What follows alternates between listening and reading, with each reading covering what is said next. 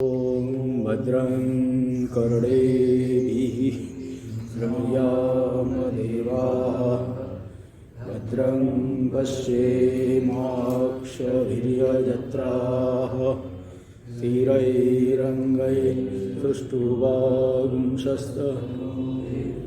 व्यसेमदेवहितं यदायुः स्वस्ति न इंद्रो वृद्धश्रवाः स्वस्ति न पूषा विश्ववेदाः स्वस्ति नस्तारक्षो अरिष्टनेमिः स्वस्ति नो बृहस्पतिर्दधातु। ॐ शान्ति शान्ति शान्ति। शङ्करं शङ्कराचार्यं केशवं बादरायणं सूत्रभाष्य कृतौ वन्दे भगवन्तौ पुनः पुनः। ईश्वरो गुरुरात्मेति मूर्तिभेदविभागिने व्योमवद्व्याप्तदेहाय दक्षिणामूर्तये नमः। ओम शांति शांति शांति। अथर्ववेदीय मांडुक्योपनिषद में चतुर्थ प्रकरणम अलाद शांति प्रकरणम पर विचार किया जा रहा है। इसमें दिखा दिया गया, ये शंका की है कि अग्निहोत्र आदि तो नहीं करना है, किंतु शम दम उपरति ये सब बढ़ाना पड़ेगा ज्ञानी को। तो बोले नहीं, जो स्वाभाविक रूप से ज्ञानी में रहते हैं, स्वरूपावस्थिति हो गई, वही सबसे बड़ा विनय है। और श्रम आदि भी स्वाभाविक रूप से प्राकृत रूप से विद्यमान रहते हैं ज्ञानी में, इसलिए ज्ञानी ब्रह्म स्वरूपा शांति की प्राप्ति कर लेता है। तो फिर इसके बाद अब परमत निराकरण के माध्यम से 86 नंबर श्लोक तक का विचार किए। इसके बाद अपनी प्रक्रिया यानी अध्यारोप प्रक्रिया के माध्यम से विचार करना है आत्मा का, इसीलिए 3 अवस्थाओं का उपन्यास कर रहे थे। तो उसमें से 87 नंबर की कारिका में जागृत और स्वप्न के बारे में बताया जा रहा था। सवस्तु सोपलम्बम च द्वयम लौकिकम इष्यते। दो वस्तु के सहित जो उपलम्ब हो रहा है, ग्रहण और ग्राह्य ग्रहण रूपी जो द्वैत, ग्राह्य और ग्रहण रूपी जो द्वैत, यह जो है लौकिक, इसे लौकिक कहते हैं, यानी जागृत ही जागृत है। ग्राह्य वस्तु भी और ग्रहण भी हो रहा है, ज्ञान भी हो रहा है। और अवस्तु सोपलम्भम च, वस्तु तो नहीं है, ग्राह्य पदार्थ नहीं, लेकिन उपलब्धि है, इसे शुद्ध लौकिक यानी स्वप्न कहा जाता है। इसी का चल रहा था भाष्य में हम लोग, पेज नंबर 280 पृष्ठ पे। अथेदानीम स्वप्रक्रिया दर्शनार्थम आरंभ। अब अपनी प्रक्रिया को दिखाने के लिए आरंभ कर रहे हैं। तो तत्र जागरितम उदाहरति सवस्तु इति। सवस्तु यानी समृति सता वस्तुना सह वर्तते इति सवस्तु। व्यावहारिक समृद्ध सता का अर्थ 2 नंबर टिप्पणी में किए, समृतो व्यवहार काले सत तेन व्यावहारिक सद वस्तुना। व्यावहारिक सद वस्तु के साथ में जो वर्तमान है तो वह सवस्तु हो गई। तथा च उपलब्धिर उपलम्भस तेन सह वर्तते इति सोपलम्भम। उपलब्धि जो है उपलम्भ, उपलब्धि के साथ में जो वर्तमान है सोपलम्भम च शास्त्रादि सर्व व्यवहारास्पदम। शास्त्रादि सकल व्यवहार का आश्रय, यह जो ग्राह्य ग्राहक लक्षणम द्वयम लौकिकम, ग्राह्य ग्राहक स्वरूप वाला जो द्वैत है, लौकिक द्वैत, लोकाद अनपेतम लौकिकम, लोक को नहीं छोड़ने वाला, लोक से संबंध है यानी लोक में प्रसिद्ध है। लौकिकम ये जागरित अवस्था है। टीका में देख लीजिए, यदि प्रातिभाषिकम व्यावहारिकम च स्थूलम अर्थजातम। जो प्रातिभाषिक और व्यावहारिक स्थूल अर्थ समुदाय है, आदित्यादि देवतानुगृहीत इंद्रिय उपलभ्यते। जैसे जागृत में घटपट आदि और सुक्ति रजत आदि, तो वह इंद्रियों के द्वारा गृहीत होगा और इंद्रियों के ऊपर आदित्यादि देवताओं का अनुग्रह है।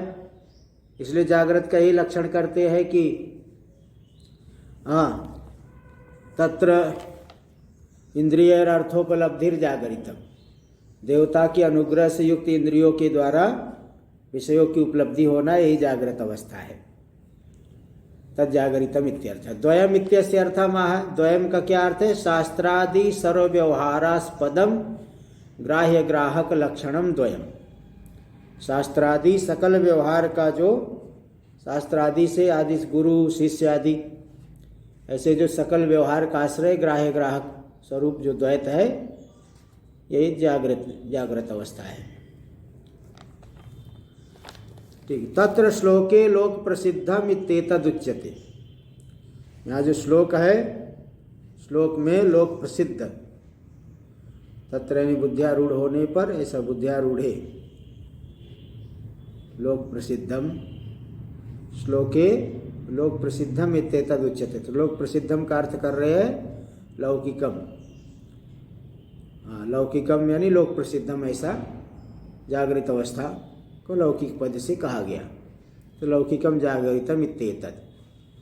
तद व्याचष्टे लोकाद अनपेतम, लोक से संबद्ध है, लोक में जो प्रसिद्ध है, ये जागरितम, ऐसा अर्थ कर दिए। न केवलम इदम जागरितम लोक प्रसिद्धम किंतु वेदांते सोपि परंपराया ज्ञानोपायत्वेन प्रसिद्धम। यह जो जागृत अवस्था है लोक में ही प्रसिद्ध है, केवल ऐसी बात नहीं है, बल्कि वेदांतों में भी परंपरा से गुरु शास्त्र प्राप्ति के माध्यम से यह ज्ञान के उपाय रूप से प्रसिद्ध इत्यादि एवं लक्षणम, इस प्रकार के लक्षण वाला जागरितम इष्यते वेदांतेषु, वेदांतों में जागृत को माना जाता है। स्वप्नोपन्यास परम उत्तरार्धम योजयति, स्वप्न के उपन्यास परक है उत्तरार्ध, इसको योजना कर रहे अवस्तु इति। अवस्तु समृतेरपि अभावात्, वहाँ अवस्तु है यानी वहाँ समृति भी नहीं है। समृति का अर्थ है व्यावहारिक वस्तु भी स्वप्नावस्था में नहीं है, इसलिए अवस्तु। अविद्यमानम व्यावहारिकम वस्तु यत्र तद अवस्तु, तो व्यावहारिक वस्तु नहीं होने से वस्तु का दिया गया स्वप्नावस्था को, यही कह रहे हैं। सोपलम्बम वस्तुवद उपलम्बनम उपलम्भो, वस्तु के समान उपलब्धि हो रही, कैसा लग रहा है? वस्तु है। असत्यपि वस्तुनि तेन सह वर्तते इति सोपलम्बम च, वस्तु के नहीं होने पर भी वस्तु के साथ में उपलब्धि का भान हो रहा है, ज्ञान सविषयक ज्ञान हो रहा है, यद्यपि विषय व्यावहारिक नहीं है वहाँ पे, तो भी विषय के सविषयक ज्ञान हो रहा है। ऐसे ही है स्वप्नावस्था। टीका में देख लीजिए, स्वप्नोपन्यास परम उत्तरार्ध योजयति अवस्तु, स्वप्न के कथन में तात्पर्य वाला उत्तरार्ध है, इस अर्थ में इस प्रकार से उत्तरार्ध की योजना करे। अवस्तु इति बाह्य इंद्रिय प्रयुक्तो व्यवहार समृति शब्दार्थ है। यहाँ बाह्य इंद्रिय से प्रयुक्त जो व्यवहार है उसी के समृति कहते हैं। व्यावहारिक जगत, व्यवहार, स्थूल आदि पदार्थों का व्यवहार। सोपि स्थूलार्थवत न स्वप्ने संभवति, स्थूलार्थ वाला जागृत के समान वहाँ पे संभव नहीं है। देखो इसका 10 नंबर टिप्पणी में दे दी, स्थूला अर्था यत्र तत्र जागरित इव सप्तम्यंताद्वती, जागरित के समान वहाँ पे भासमानता नहीं है, स्थूलार्थ वहाँ नहीं है, तो वती ही वती है, सप्तम्यंत करके वती कर दिए। तो जो दिए यहाँ पे क्या है, वस्तुवद, जो ये टिप्पणी दिए है 10 नंबर, स्थूलार्थवत, तो स्थूला अर्था यत्र तत्र जागरिते इव इति सप्तम्यंताद्वती, सप्तम्यंत करके वती कर दिए, तो स्थूलार्थे इव, तो स्थूलार्थवत इस तरह से वृत्ति ही ऐसा। अरे वृत्ति नहीं, वती प्रत्यय करो, वती हुआ है। स्थूलार्थवत, यहाँ वती है ना, जैसे ब्राह्मणवत, क्षत्रियवत, तो वती, वृत्ति नहीं वती करना, वती प्रत्यय है। तत्र तस्यैव तेन तुल्यम क्रिया चेदवती, तत्र तस्यैव, तो स्थूलार्थे इव स्थूलार्थवत, स्वप्न केस में स्थूलार्थ के समान स्थूलार्थ संभव नहीं है। देखो इसका लक्षण करें, तथा च बाह्येषु करणेषु उपसंहृतेषु, बाह्य इंद्रियों का तो उपसंहार हो गया है, इंद्रिया लीन हो गई है, जाके मन में लीन हो गई, तो भी जागरित वासनानुसारेण, जागृत वासनाओं के अनुसार मनसस तत्तद अर्थाभासाकाराव भाषणम, तत्त अर्थाकार रूप से मन का जो भाषित होना, यही स्वप्न शब्दितम इत्यर्थ है, स्वप्न शब्द से कहा गया है। शुद्धम इत्यस्य केवलम इति पर्यायम गृहीत्वा विवक्षितम अर्थम आह, तो शुद्धम लौकिक माने केवलम लौकिकम, केवल लौकिक है, इसलिए ज्ञान तो हो रहा है लेकिन विषय नहीं है। इसका विवक्षित अर्थ करें प्रविविक्तम, भाष्य में शुद्धम केवलम प्रविविक्तम, जागरिता स्थलात्, जागृत स्थल से प्रविविक्त अलग है, वहाँ ज्ञान तो हो रहा है लेकिन वस्तु नहीं। तो लौकिकम यहाँ भी शुद्धम लौकिकम क्यों कह दिए? क्योंकि सर्वलोक साधारण है, सभी को स्वप्न दशा का अनुभव होता है। सर्व प्राणी साधारणत्वादिश्यते स्वप्न इत्यर्थ, स्वप्न सर्व प्राणी साधारण रूप से इष्ट है, इसीलिए उसको लौकिक कह दिया गया। टीका में तस्यापि लोक प्रसिद्धत्वम लौकिकम इत्यनेन उक्तम, स्वप्नावस्था भी लोक में प्रसिद्ध है, सभी प्राणियों को अनुभव में आता है, इस बात को लौकिकम इसके द्वारा कहा गया। तद विवरण होती, उसका विवरण कर रहे, सर्व प्राणी साधारणत्वाद इष्यते स्वप्न, इसलिए लौकिक कह दिए। ये दो अवस्था बता दिए। अब तीसरी अवस्था सुषुप्ति अवस्था का कथन कर रहे, श्लोक नंबर 88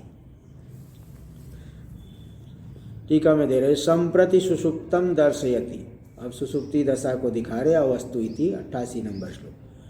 अवस्त्वानुपलम्भं च लोकोत्तरमिति स्मृतम् ज्ञानं ज्ञेयं च विज्ञेयं सदा बुद्धये प्रकीर्तितम्।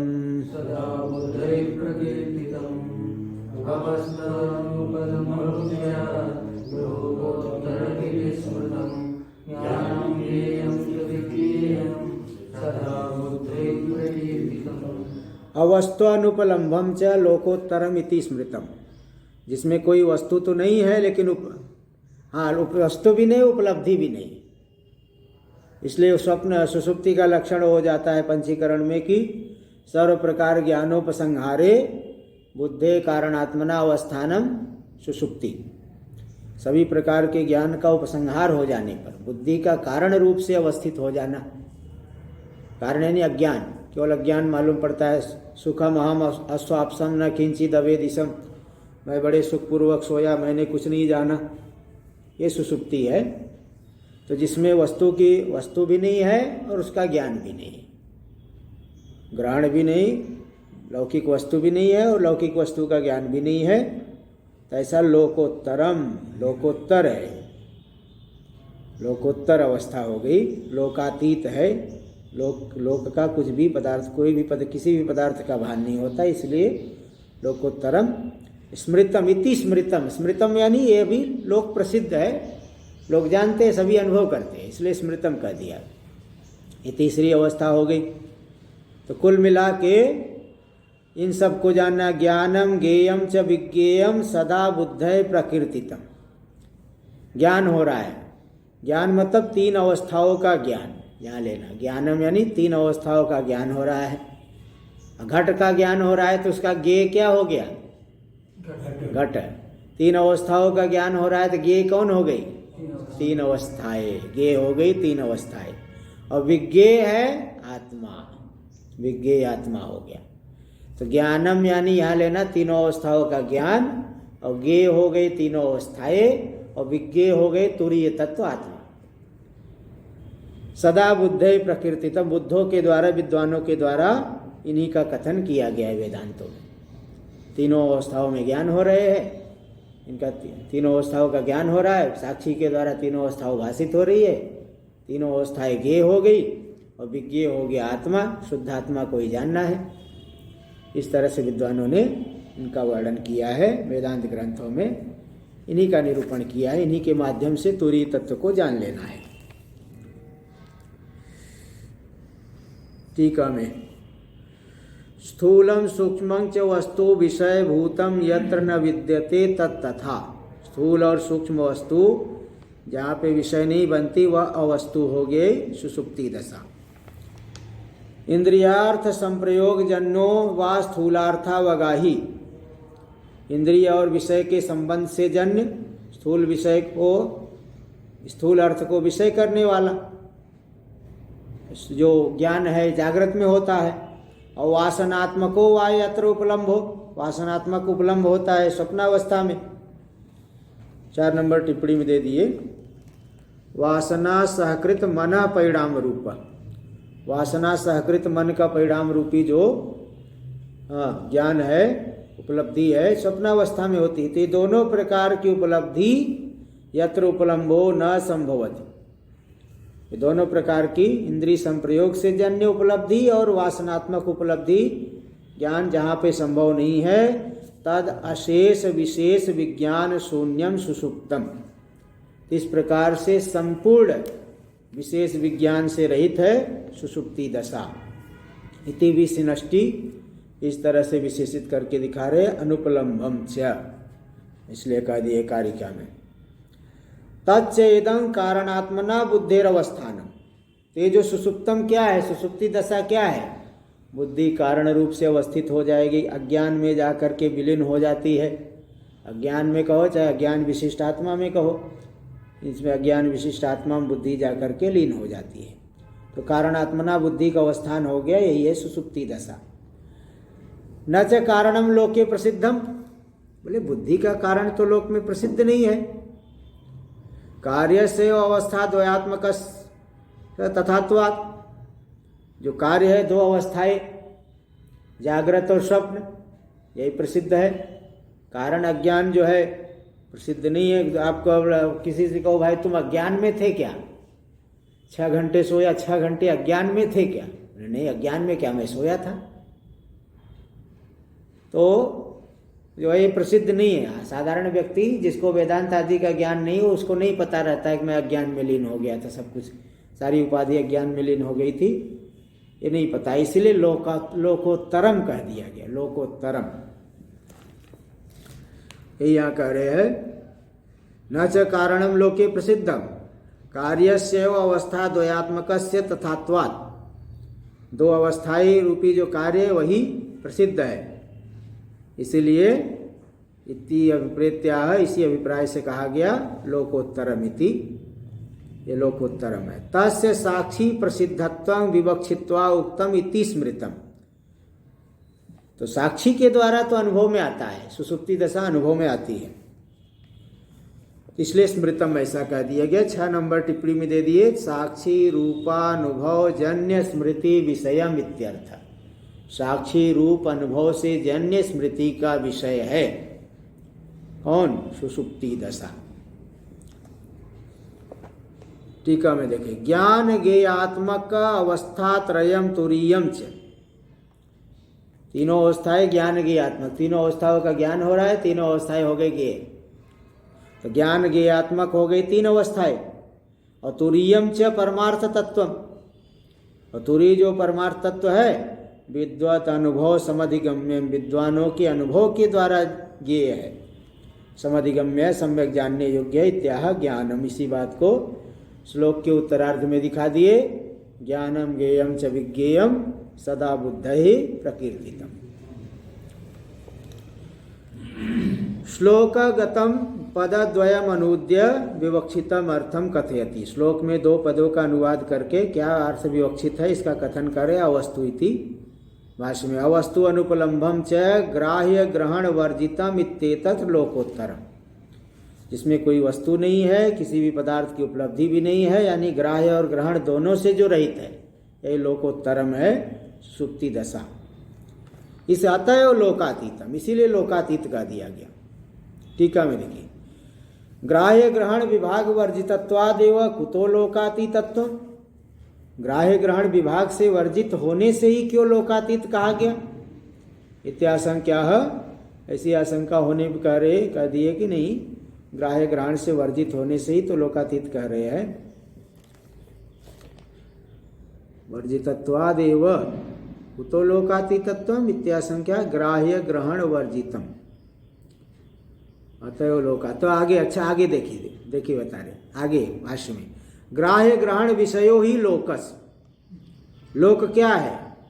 ग्राह्य ग्रहण विषयो ही लोक। ये लोक में यही होता है, ग्राह्य और ग्रहण को विषय करने वाला लोक है, लौकिक अनुभव है। तद अभावा सर्व प्रवृत्ति बीजम सुषुप्तम इत्येतद। इसलिए ग्राह्य ग्रहण दोनों का भाव हो गया, इसलिए सर्व प्रवृत्ति बीजम सुषुप्तम। सर्व प्रवृत्ति बीज है सुषुप्त, संपूर्ण प्रवृत्ति का बीज। जैसे वृक्ष की बीज दशा है, उसका जो बीज है तो कारण दशा है, ऐसे दोनों ही अवस्थाओं की कारण दशा है।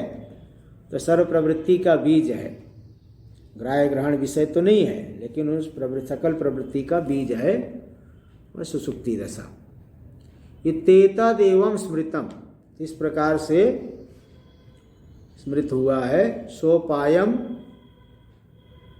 परमार्थ तत्व, उपाय के सहित परमार्थ तत्व, श्रवणादि साधन के सहित परमार्थ तत्व इस तरह से स्मृत हुआ है, स्मरण करके उपदिष्ट हुआ है। टीका में देख लीजिए, इति स्मृतम ज्ञान ज्ञेयात्मक, अच्छा तस्य साक्षी प्रसिद्धत्व विवक्षित इति स्मृतम। आगे भाष्य में ज्ञान, ये तो हो गया था, आगे ये दे रहे सुसुप्तम चेद अलौकिकम कथम तदवगम्यताम। सुसुप्ति अगर अलौकिक है तो उसका ज्ञान कैसे होगा, उसका बोध कैसे होगा? इत्याशंका है सर्व प्रवृत्ति बीजम, सभी प्रवृत्तियों का बीज है सुसुप्त। देखो वही दे रहा है, अवस्था द्वय बीजम सुसुप्तम इत्येतत् प्रसिद्धम शास्त्र विदाम। दोनों अवस्थाओं की बीज है सुसुप्ति दशा, ये शास्त्र ज्ञानियों में प्रसिद्ध। इत्याह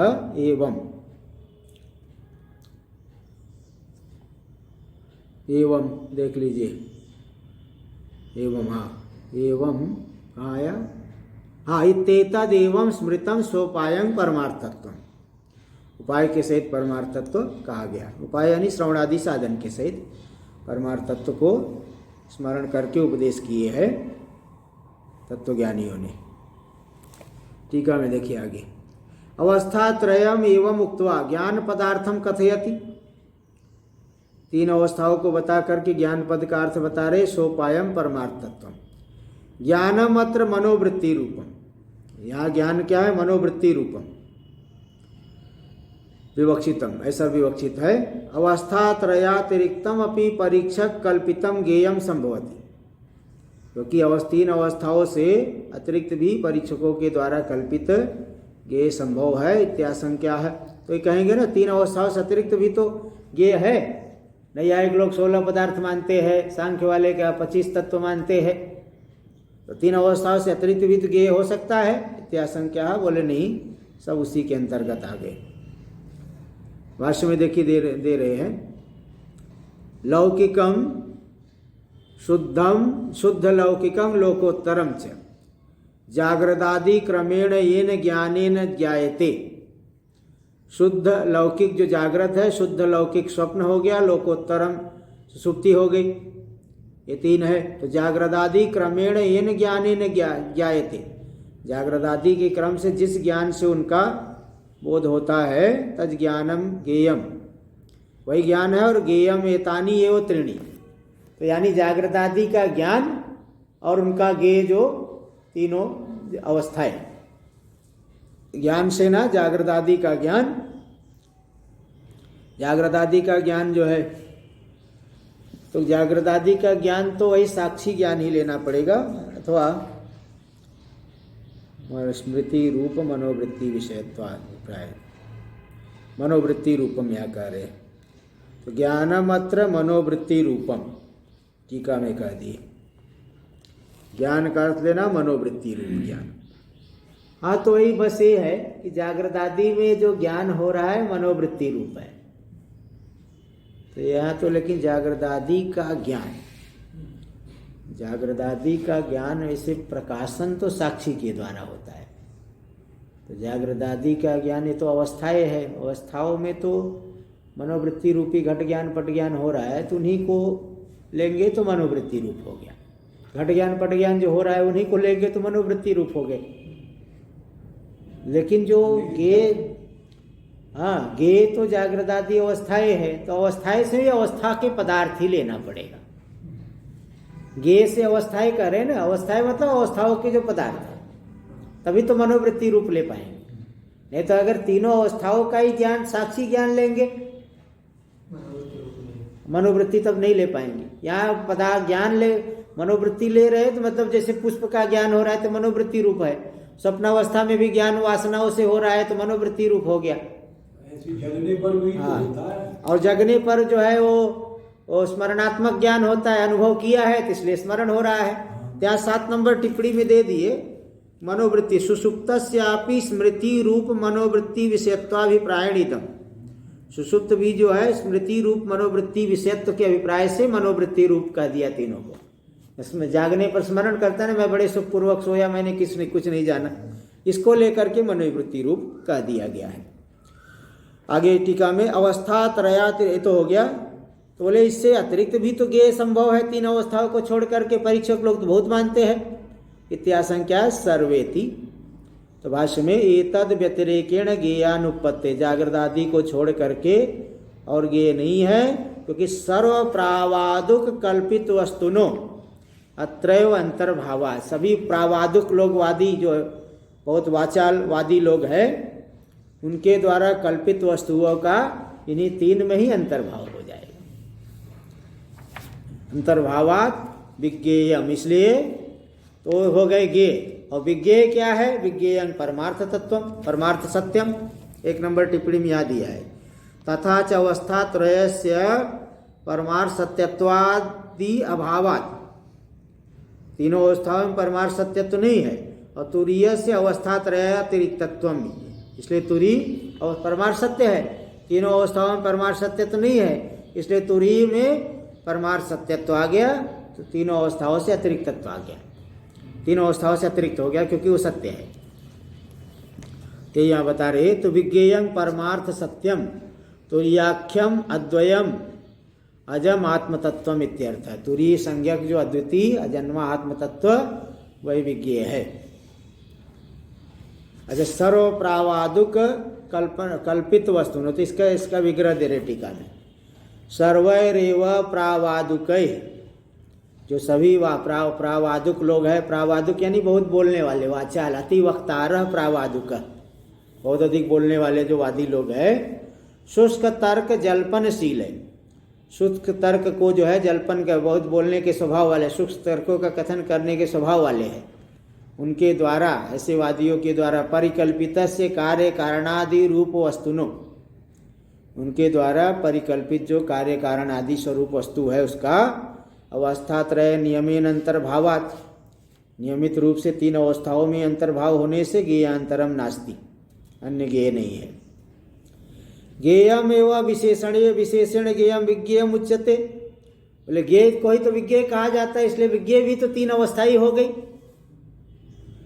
तेन तदपि न अवस्था त्रयातिरिक्तम अस्ति, इसलिए विज्ञेय तो तीन अवस्थाओं से भिन्न तो होगा नहीं। ज्ञेय को ही विशेषण ज्ञेयम इति विज्ञेयम कहते हैं।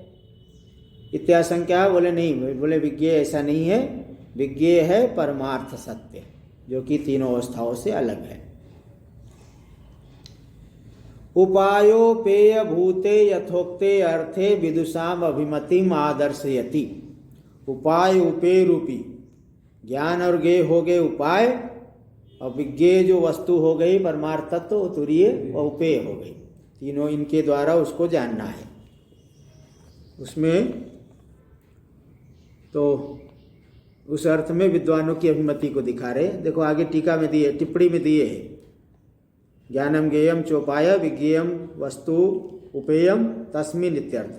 ज्ञान ज्ञेयात्मक अवस्था त्रयस्य च दृष्टांतादि द्वारा गुरु शास्त्रादि प्राप्त्या आश्रयत्व द्वारा च उपेय भूत विज्ञेय आत्म वस्तु प्रति उपायत्वम इति ध्येयम्।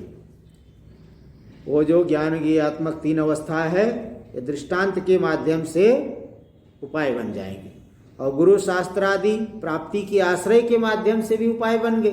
तीनों अवस्थाएं तो पे भूत विज्ञेय आत्म वस्तु के प्रति उपाय बन जा रहे हैं।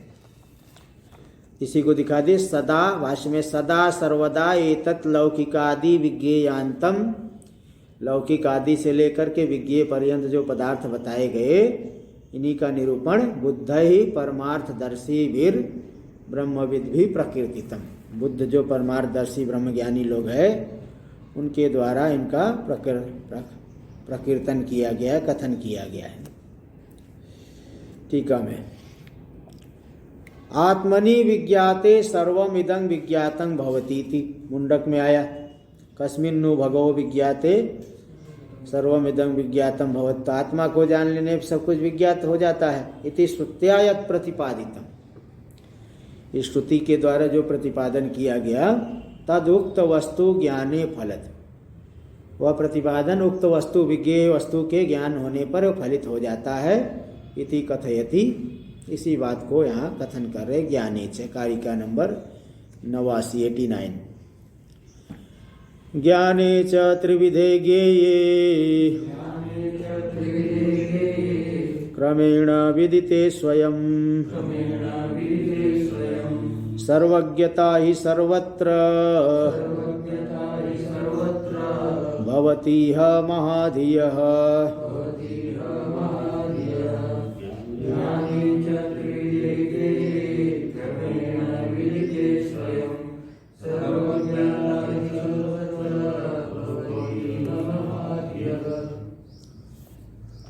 ज्ञाने च त्रिविधे ज्ञेय, 3 प्रकार के ज्ञान और 3 प्रकार के ज्ञेय। त्रिविधे का दोनों तरफ अन्वय कर लेना देहली दीपक न्याय से। त्रिविधे ज्ञाने त्रिविधे ज्ञेये च क्रमेण विदिते, स्वयं, क्रम से जब स्वयं जान लेंगे, विचार करके जान लेंगे, तो यही मालूम पड़ेगा कि तीनों अवस्थाएं जो है आने जाने वाली है, आगमा पाई। और जो तुरी तत्व है सदा एक रस है, जो कि सबका अधिष्ठान है, अधिष्ठान से अतिरिक्त किसी की सत्ता है नहीं, तो जान लिया तो एक विज्ञान से सर्वविज्ञान हो गया। सर्वज्ञता ही सर्वत्र भवती है महाधीय, तो उस ज्ञानी के लिए सर्वज्ञता हो जाती, सर्वत्र सर्वज्ञता, सभी पदार्थों को जान लेता है।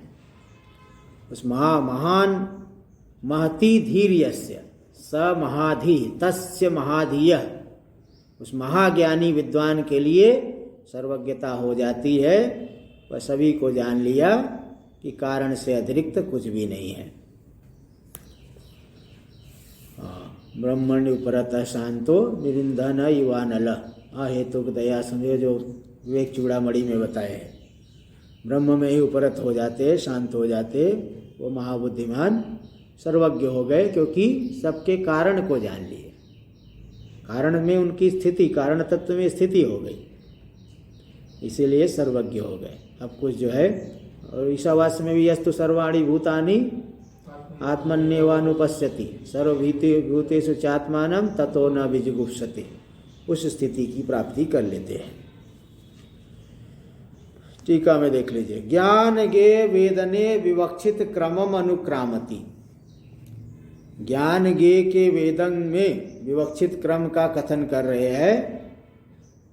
तो वही पहले स्थूल से दे जानना आरंभ करना है, स्थूल से सूक्ष्म की तरफ जाया जाता है। इसको पहले देख लीजिए, ज्ञानेच कहाँ पहुँच गया, मैंने एक पंक्ति तो है। विवक्षितम क्रमम अनुक्रामति पूर्वम, पहले अच्छा, वो पहले भाष्य में ही चलेगा। ज्ञाने च लौकिकादि विषय, लौकिकादि विषयक जो 3 ज्ञान है, लौकिक, शुद्ध लौकिक और लोकोत्तर, और गे च लौकिकादो त्रिविधे, और गे भी वही गे हो गए क्योंकि उन्हीं का ज्ञान है। और पूर्वम लौकिकम स्थूलम, क्या क्रम है? पहले लौकिक स्थूल को जानना है, जागृत को जानना है, और बाद में दूसरी अवस्था ज्ञान जानने में आ रही शुद्ध लौकिकम तद अभावेन पश्चात शुद्धम लौकिकम। जागृत का अभाव हो गया और स्वप्नावस्था आ गई, और फिर तीसरी दशा में चले गए तद अभावेन लोकोत्तरम, स्वप्नावस्था को भी छोड़ करके लोकोत्तरम सुषुप्ति को चले गए। इत्येवं क्रमेण स्थानत्रया भावेन, इस प्रकार से क्रम से जब तीनों स्थानों का अभाव निश्चय हो जाएगा, तीनों अवस्थाएं आने जाने वाली है, पारमार्थिक नहीं है, फिर सत्य कौन है? जो तीनों अवस्थाओं का प्रकाशक। तो तीनों अवस्था का भाव से परमार्थ सत्य तुरीय अद्वय अजय अभय विदिते, जो परमार्थ सत्य तुरीय अद्वितीय अजन्मा अभय तत्व जब विदित हो जाता है स्वयमेव आत्मस्वरूपमेव, तो जब स्वयं जान लेता है, अपने आत्मस्वरूप को ही जान लेता है, सर्वज्ञता फिर प्राप्त हो जाती है।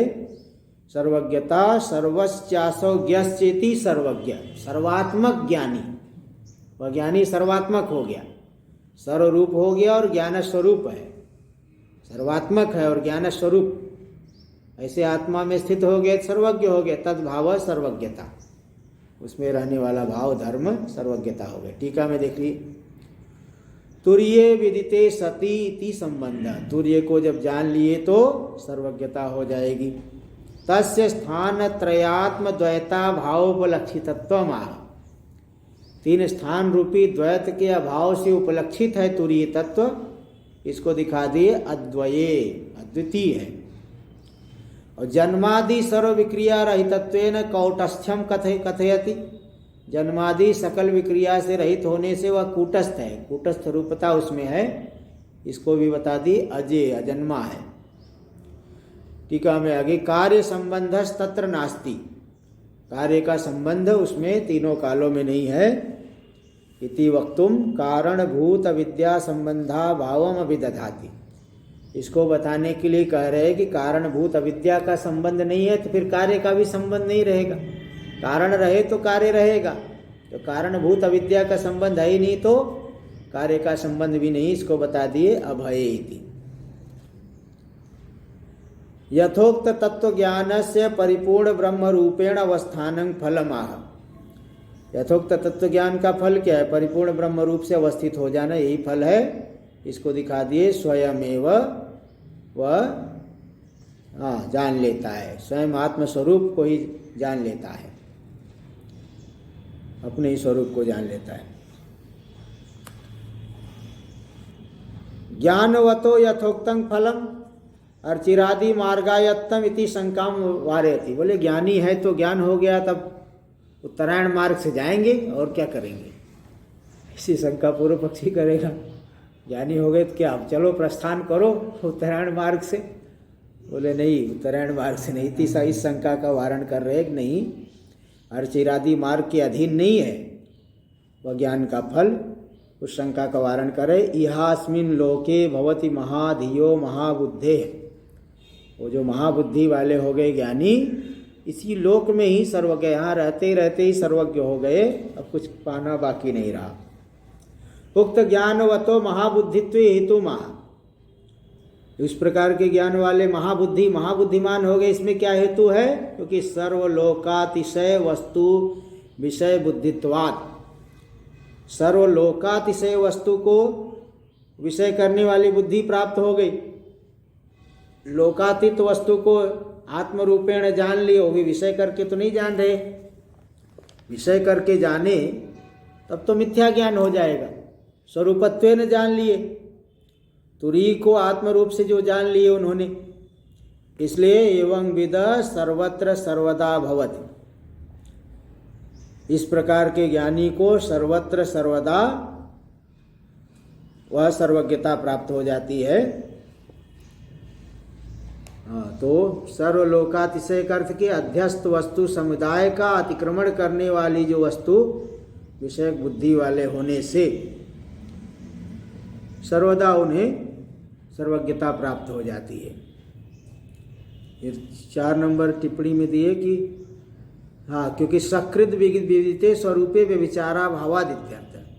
सदा सर्वज्ञता क्यों होती है, सर्वत्र सर्वज्ञता क्यों होती है? क्योंकि सकृत एक बार स्वरूप को जान लिए तो उसका कभी व्यभिचार नहीं होता। टीका में टिप्पणी में दे दिए व्यभिचारा भावादिति पुनर्ज्ञान विषयत्वा भावेन अविदितत्वा भावादित्यर्थ। पुनः अज्ञान विषयत्व नहीं होने से अविदितत्व नहीं रहता है, अविदित नहीं सदा विदित ही रहता है। आगे टीका में एवं विदयति नहीं, हाँ, ज्ञानवतो यथोक्तम ज्ञानम कदाचित भवदपि कालांतरे अभिभूतम असंकल्पम भविष्यति। असंकल्पम का यहाँ असत्कल्पम ऐसा पाठांतर है। असंकल्प में असत्कल्पम। ज्ञानी को यथोक्त ज्ञान कदाचित तो होगा, लेकिन कालांतर में अभिभूत हो दब जाएगा, असत्कल्प मिथ्या के जैसे हो जाएगा। असत्कल्पम ऐसा ले लेना, असत्कल्पम भविष्यति इत्याशंका एवं विदा। बोले नहीं, ऐसे जो ज्ञानी के वो जो ज्ञान है सर्वत्र सर्वदा होता है, क्योंकि सकृत विदित स्वरूप में वे विचार नहीं होता। श्रुत्याचार्य प्रसादाद विदिते स्वरूपे। श्रुति और आचार्य की कृपा से जो स्वरूप विदित हो गया तो स्वरूप स्फुरण से व्यभिचारा भावात्। स्वरूप स्फुरण में कभी व्यभिचार नहीं होता है, इसलिए परिपूर्ण ज्ञप्ति रूपता विदुषो भवत्। परिपूर्ण ज्ञप्ति रूपता विद्वान में सिद्ध हो जाती। इति उक्तम स्फुटयति, ये जो कहा गया इसी को स्पष्ट कर रहे हैं। नहीं इति नहीं परमार्थ विदो ज्ञानोद्भवा विभवस्तो। परमार्थ वेत्ता में ज्ञान का उद्भव और अभिभव नहीं होते रहता है। यथा अन्येषां प्रावादुकानाम, जैसे अन्य प्रावादुक लोग है, हाँ, कि भाई व्यभिचारी ज्ञान है, घट ज्ञान है, पट ज्ञान नहीं है। लेकिन यहाँ ऐसा नहीं, एक विज्ञान से सर्व विज्ञान, अब कुछ जानना बाकी नहीं रह जाता, इसलिए ज्ञानी सर्वज्ञ हो जाते हैं। यहाँ बता दिया गया। आगे हम लोग कल करेंगे। ओम भद्रं कर्णेभिः शृणुयाम देवाः, भद्रं पश्येमाक्षभिर्यजत्राः, स्थिरैरङ्गैस्तुष्टुवागुंशस्तनूभिर्व्यसेम देवहितं यदायुः। स्वस्ति न इन्द्रो वृद्धश्रवाः, स्वस्ति नः पूषा विश्ववेदाः, स्वस्ति नस्तारक्षो अरिष्टनेमिः, स्वस्ति नो बृहस्पतिर्दधातु। ॐ शान्ति शान्ति शान्ति। शङ्करं शङ्कराचार्यं केशवं बादरायणं सूत्रभाष्य कृतौ वन्दे भगवन्तौ पुनः पुनः। ईश्वरो गुरुरात्मेति मूर्तिभेदविभागिने व्योमवद्व्याप्तदेहाय दक्षिणामूर्तये नमः। ओम शांति शांति शांति।